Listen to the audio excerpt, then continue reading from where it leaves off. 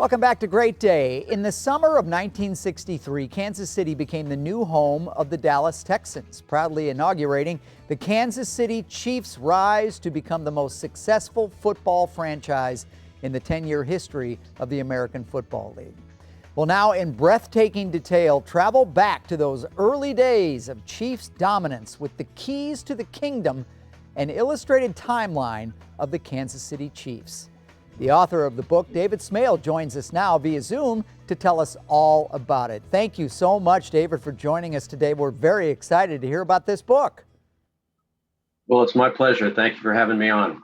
Was the Super Bowl victory the impetus to write this book, or was this something that was already in the works?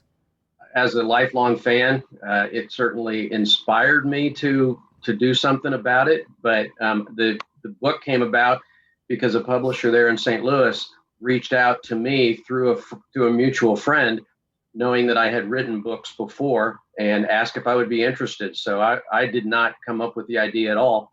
They contacted me in mid-March and asked if I would be interested. I'm sure you're familiar, like I am, we're in the same age bracket, the football Cardinals and then eventually the Rams here in St. Louis.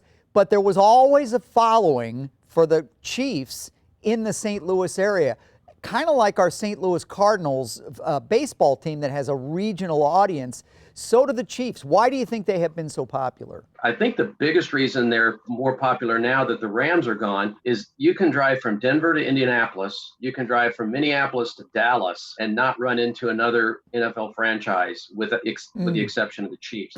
So they're definitely a regional team now. But I think even when the Rams and the Cardinals before them were there, they were always a fun team to watch. Even when they weren't any good, they were still a fun team to watch. And they've had the consistent ownership. Lamar Hunt founded them when he helped found the AFL in 1959 and moved them to Kansas City. And on his passing, his son owns them. So there's the consistency of ownership. And I think even a consistency of style of ownership. I think so, and I think the coaching didn't hurt either. You had quite a character early on in your coaching, and I think that helped put them on the map as well. Now, you have a bunch of signings coming up for the book here in the St. Louis area. We're going to post those on our website. I think it's a fascinating book, and I think it would make a great coffee table book and a great holiday gift item. Thank you, David, so much for joining us today.